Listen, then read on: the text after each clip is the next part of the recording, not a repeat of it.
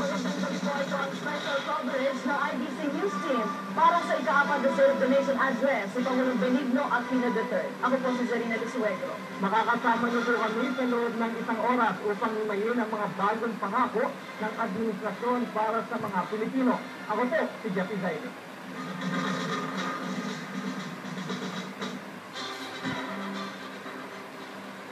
Kasama rin natin sa paghimay ng bawat detalye ang mga natatangi nating panauhin upang mas maunawaan at masagot ang ilan sa mga katanungan ng ating mga kababayan. Ako po, si Zairine Parsad Valencia. Tungkol dyan ay atin rin susulyapan ang mga kaganapan na nangyari bago at habang nagaganap na ang makasaysayang ika-4 na State of the Nation address ni Pangulong Benigno Aquino III. Ako po si Jessica Duco.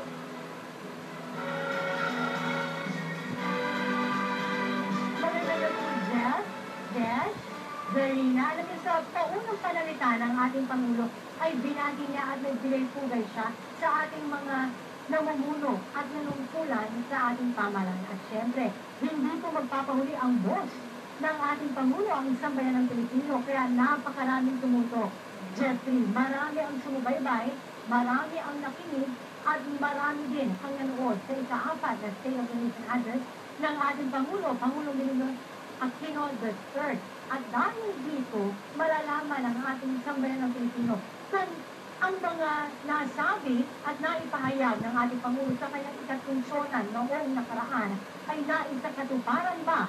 At ang mga plano ba at ano pa ang mga plano ng ating Pangulo para sa sambayan ng Pilipino, lalong-lalo na po sa ating bansang Pilipinas.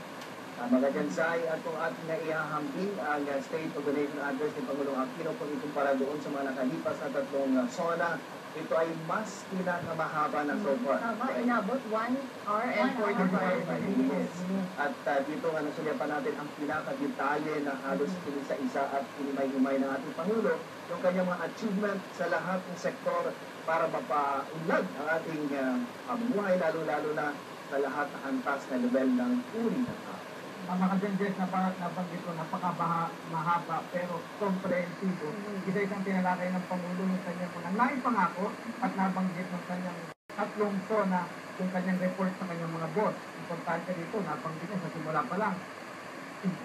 Naisip niya kung sa isang taon, katawang termino o ikatlong termino, masusugusunan yung mga problema dahil na rin sa hirap na inabot ng nakaraang administrasyon. Pero nakita naman natin, sa loob ng isang oras at 45 minuto, nakita natin yung komprehensibong nagawa ng Pangulo sa iba't ibang sektor ng gobyerno. Actually, nakakagulat na yung naging zona ng Pangulo ngayon. Dahil kahit na detalye, nabanggit niya.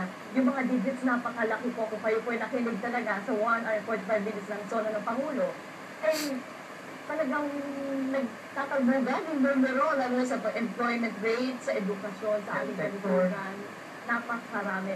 Actually, kababayan, ito po ang ika-4 na zona ni Pangulo Aquino at nasa kalahati na pusa ng kanyang termino bilang Pangulo. At kung makikita niyo po, halos taon na lang po ang natitira taon bilang Pangulo. At makikita niyo po sa naging zona niya ngayong araw ay desidido ang Pangulo na matapos ang lahat ng kanyang plano para sa bansang Pilipinas. Kaya naman po manatili po kayo nakaantabay dahil sa aming pagbabalik ay sisimulan natin pag-aralan ang mga nabanggit ni Pangulong Benigno Aquino III sa kanyang zona kanina. Kaya huwag po kayong bibili sa zona 2013 special coverage ng IBC News.